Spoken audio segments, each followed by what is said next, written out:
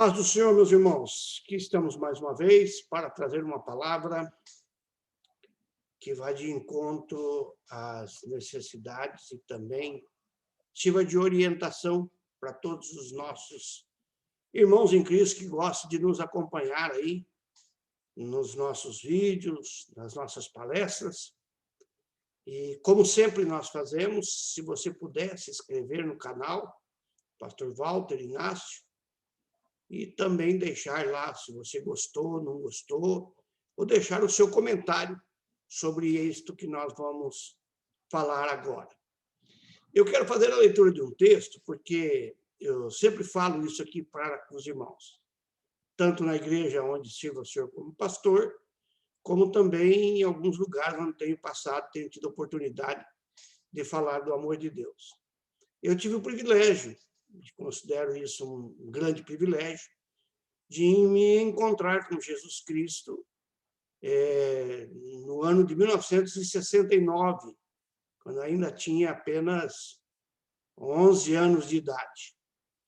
De lá para cá, envolvido diretamente com a igreja desde o princípio, desde que depois os meus pais também se converteram, e aí acabamos por nos envolver com a igreja, leitura da Bíblia, mais tarde envolver com conhecimento da Bíblia, estudo teológico, a ponto de se interessar também pelo ministério.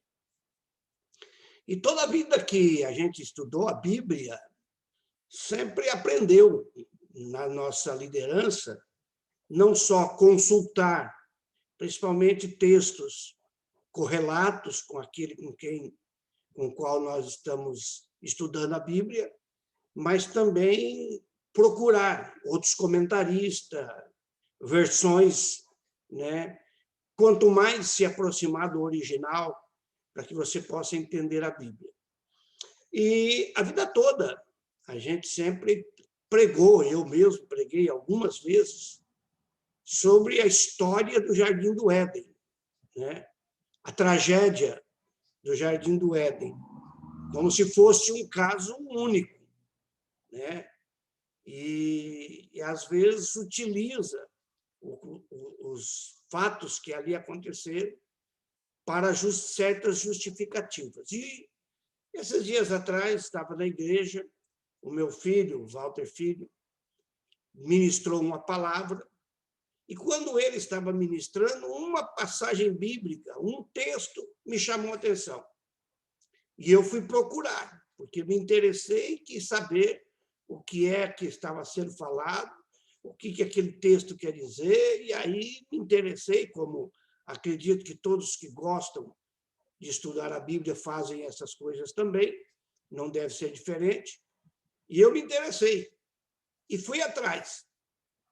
E encontrei coisas que me deixou... como é que eu posso usar a expressão? Me deixou perplexo, porque eu tenho 63 anos, desses 63, 52 eu vivi dentro da igreja, aprendendo e conhecendo as coisas da igreja. E aí eu encontro um texto do qual eu, com tanto tempo de fé, com tanto tempo de ministério, tenho mais de 30 anos de ministério, com tanto conhecimento teológico, eu já fiz cursos de teologias, e não fiz um curso pequeno, fiz um curso grande, não desmerecendo qualquer outro curso, mas procurei me aprimorar. E quando você encontra um texto que parece que estava ali tanto tempo, né? Toda vez que lia a Bíblia, estava ali. E você não se atenta, e agora você encontra algo que te chama a atenção, talvez Deus tenha guardado para revelar para mim, para esta época. Né? Nós estamos vivendo uma época de livre escolha. Nós estamos vivendo um período tão diferenciado em que a gente tem que tomar cuidado de dizer que o que é errado está errado. Né? Parece ser mais fácil dizer que o que está certo, e aí a gente procura, de uma maneira agradável, dizer que o que está certo, e toma sempre cuidado de não dizer que o que está errado. E, na verdade, o que está errado, né? Não é à toa que Jesus foi tão incisivo em ele nos orientar sobre nossas palavras, que a gente tem que ser sim, sim, não, não. E ele ainda deixa uma expressão mais forte, dizendo que o que passar disso é de procedência maligna. Então, olha só o que eu achei. Jardim do Éden, capítulo 2 do livro do Gênesis, versículo de número 9, onde o texto diz, eu até tomei liberdade, eu vou ler na Almeida Revista, que é atualizada, que diz assim: o Senhor, ou melhor, e o Senhor fez brotar da terra toda a árvore agradável à vista, toda a árvore agradável à vista e boa para comida. Ponto e vírgula. Estamos no mesmo texto. E a árvore da vida no meio do jardim, e a árvore do conhecimento do bem e do mal. Na Reina Valéria, na Bíblia da Reina Valéria, de 1960, ele diz assim, que Deus plantou no meio a árvore da vida e a árvore do conhecimento do bem e do mal. Tomei a liberdade de ter também uma outra versão, essa muito próximo do original, até meio fora daquilo que a gente está habituado a ler, que é um comentário feito pelo Dr. André Choraki, que é um judeu com conhecimento cristão e com comentários bíblicos, mas com comentários não só dentro do cristianismo, mas dentro do cristianismo e do judaísmo. E ele comenta assim, no texto dele: Yahvé Elohim faz geminar do terreno toda árvore, cobiçável para a vista e boa de comer. A árvore da vida no meio do jardim e a árvore da penetração do bem e do mal. O que me chamou a atenção, principalmente na versão da Reina Valéria, que é próxima à Vulgata da Septuaginta, o que me chamou a atenção é que eles fazem questão de deixar registrado que Deus plantou o jardim com toda a árvore cobiçável, daquela que você podia gostar, olhar e gostar. Cobiçável à vista e boa para se alimentar dela. Ou seja, toda árvore que você quisesse comer tinha no jardim. No meio do jardim, Deus plantou a árvore da vida. Eu não vou dizer do lado, até porque eu não tenho base bíblica para dizer, mas eu creio que próximo, não muito distante, porque no meio daquele jardim, com tantas frutas, estava a árvore da vida. E próximo à árvore da vida estava a árvore do conhecimento do bem e do mal. Quando Deus planta, pega o homem e a mulher, o casal, e coloca no jardim para cuidar do jardim, eu creio, não há registro bíblico, isso é conjectura minha, por favor. Eu creio que Deus pega o casal, já que havia um relacionamento muito próximo de conversas e contatos de Deus com o casal. Eu penso que Deus chama o casal, chega junto e diz, olha, aqui está a árvore da vida. Esta árvore é a árvore que vai produzir o fruto que vai evitar que vocês morram. A prova disso está que quando o homem é expulso do jardim, Deus coloca um querubim na entrada do jardim para que o homem não entrasse lá, já que ele sabia onde estava a árvore da vida. Ele entraria lá e pregaria do fruto da árvore da vida e viveria para sempre. Então, Deus teve que colocar um querubim para que o homem não entrasse lá. Então, ali estava a árvore da vida com o seu fruto. E do lado, ou próximo, Eu creio que Deus disse, olha, aqui está a árvore da vida que produz o seu fruto para você comer e viver para sempre. E aqui está a árvore que vai dar conhecimento do bem e do mal. Dessa daqui, vocês não comam, porque diferente desta, que é da vida, essa daqui, o dia que vocês comerem, vocês vão morrer. Entenderam? Dessa daqui, árvore da vida, comam para viver. Dessa daqui, árvore do conhecimento do bem e do mal, não comam, porque o dia que comer, morre. Vocês entenderam? Essa pode, essa não pode. Aí, é lógico que essa expressão pode, não pode, é conjectura minha. Deus não disse, você não coma dessa e coma dessa. Não, Deus não disse isso. Deus disse, dessa se você comer, vive para sempre, dessa se você comer, você morre.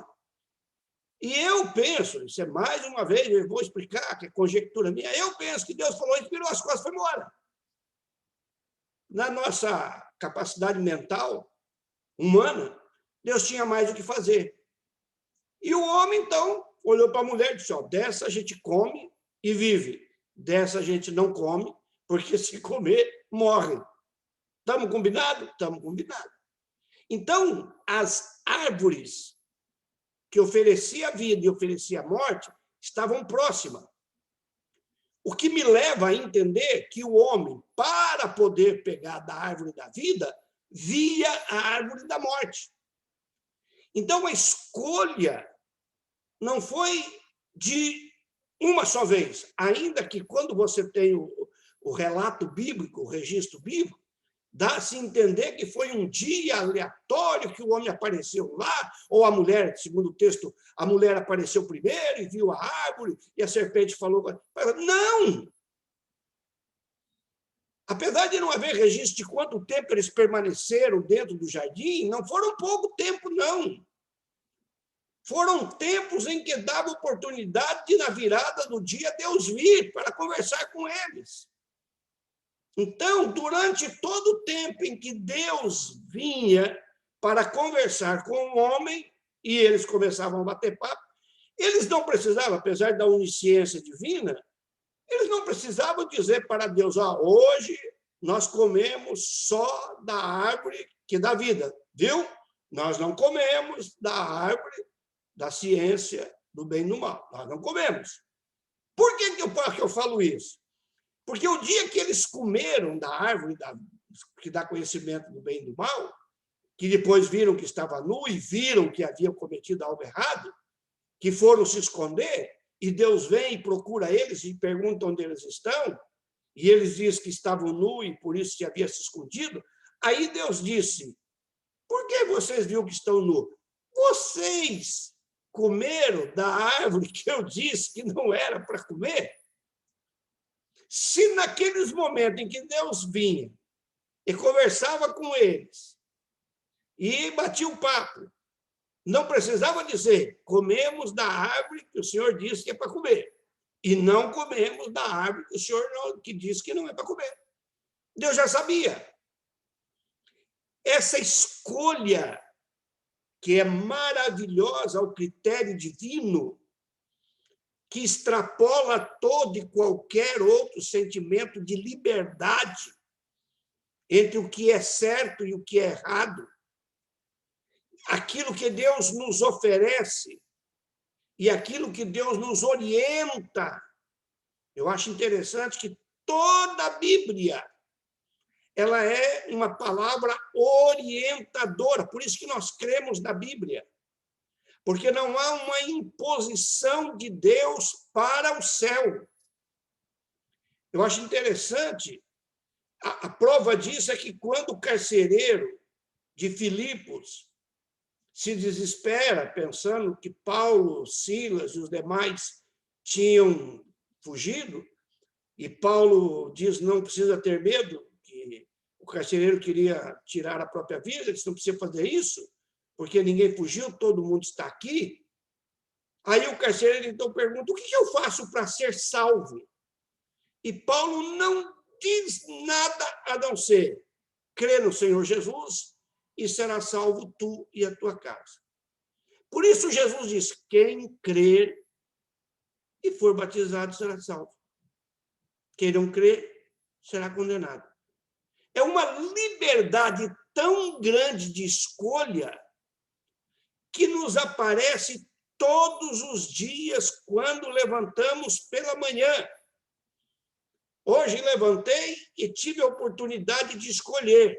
Permita-me fazer uma conjectura, fazer uma interpretação figurada.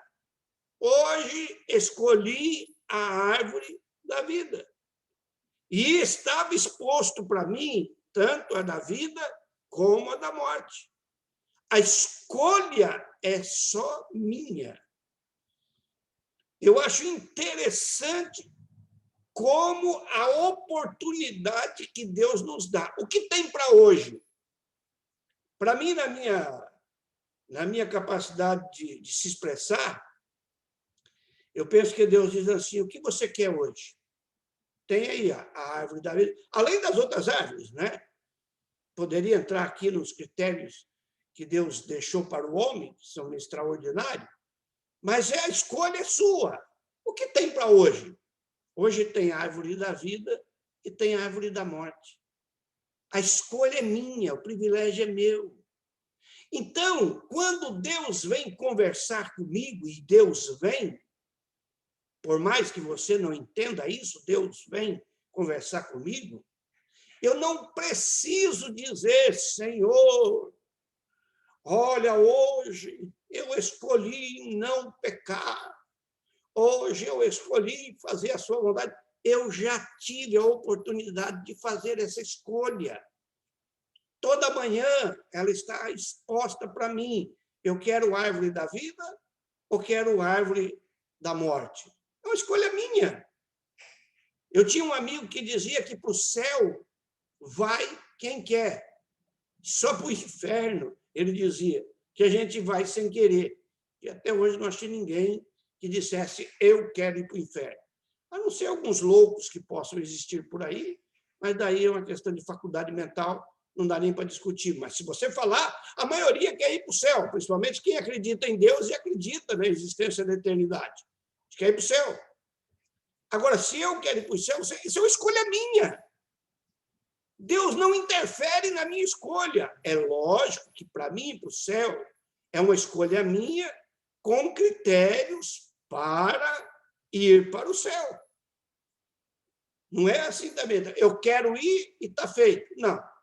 Tem a árvorezinha que eu não posso comer dela. Se eu quero ir para o céu, esta árvorezinha não posso comer dela. Agora, essa escolha de não comer ou de comer é minha, é pessoal. Então, hoje, a palavra que eu tenho para você hoje é: o que tem para hoje? O que tem para hoje? Hoje tem a minha escolha. Tem o que eu quiser escolher para mim. Eu escolho, se quiser, a árvore da vida, ou, se eu quiser, a árvore da morte. É uma escolha minha. Ninguém me obriga a fazer essa escolha. Isso é uma coisa pessoal, minha, né? E todos os dias aparece essa oportunidade. O que tem para hoje? O que eu tenho para hoje é essa escolha. Que Deus te dê sabedoria, que Deus te dê graça, e que você seja inteligente para fazer a escolha certa. Deus te abençoe. Estou orando por você.